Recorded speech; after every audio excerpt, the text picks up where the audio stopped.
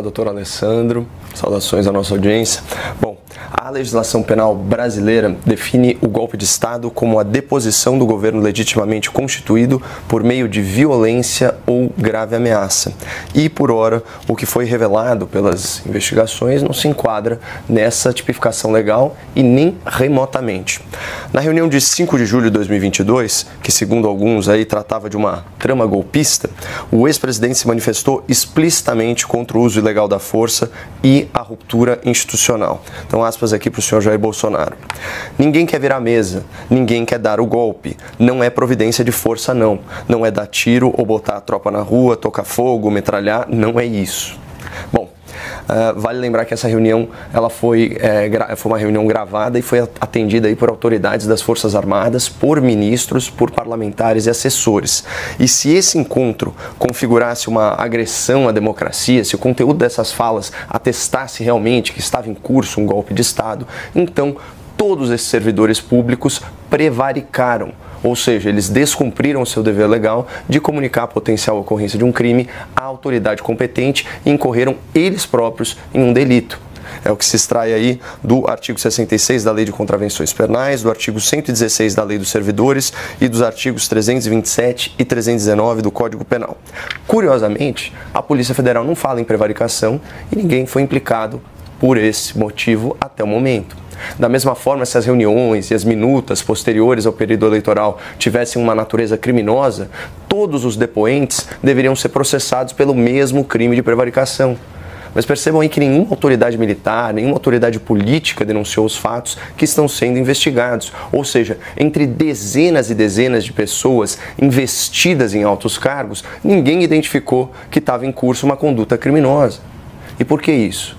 Porque a tentativa de abolição do Estado de Direito, a tentativa de golpe de Estado, ela só existe à margem da lei e mediante emprego de violência ou grave ameaça.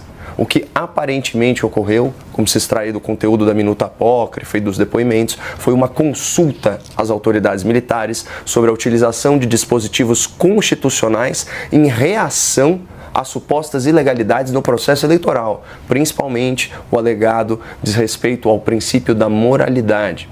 Vejam o que disse aqui o ex-comandante do Exército, o Freire Gomes, testemunha-chave dessas investigações. Aspas, ele se recorda de ter participado de reuniões no Palácio da Alvorada após o segundo turno das eleições, em que o então presidente da República, Jair Bolsonaro, apresentou hipóteses de utilização de institutos jurídicos, como a garantia da lei e da ordem, Estado de Defesa e, principalmente, o Estado de Sítio, em relação ao processo eleitoral.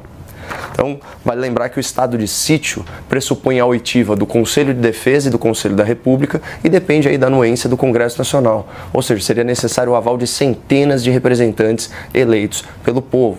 Portanto, o que estava em discussão era o emprego de dispositivos constitucionais para remediar supostas ilegalidades do processo eleitoral por parte de autoridades do Judiciário, especialmente do presidente do TSE, o senhor Alexandre de Moraes. Então, quando foram consultados, alguns militares demoveram o ex-presidente dessa possibilidade e houve aí transição pacífica de poder. E só para fechar aqui, algumas perguntas que a Polícia Federal, o Ministério Público e a Justiça precisam responder nesse caso. Onde que está a violência física ou as graves ameaças contra pessoas? Como que reuniões de consulta ou minutas não decretadas podem ser consideradas um ataque à democracia se a lei não pune esse tipo de conduta? E, finalmente, se houve crime, vai ter punição também para as dezenas de autoridades, inclusive autoridades militares, que não denunciaram os fatos às autoridades competentes?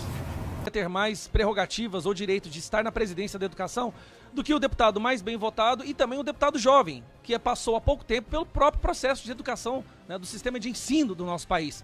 Então, sua memória é fresca sobre o que acontece dentro da educação brasileira. Presidente, eu nunca vi um ataque,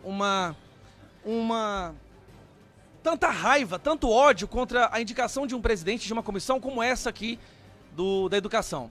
E eu vou te falar por quê, e é bom que todos aqui saibam.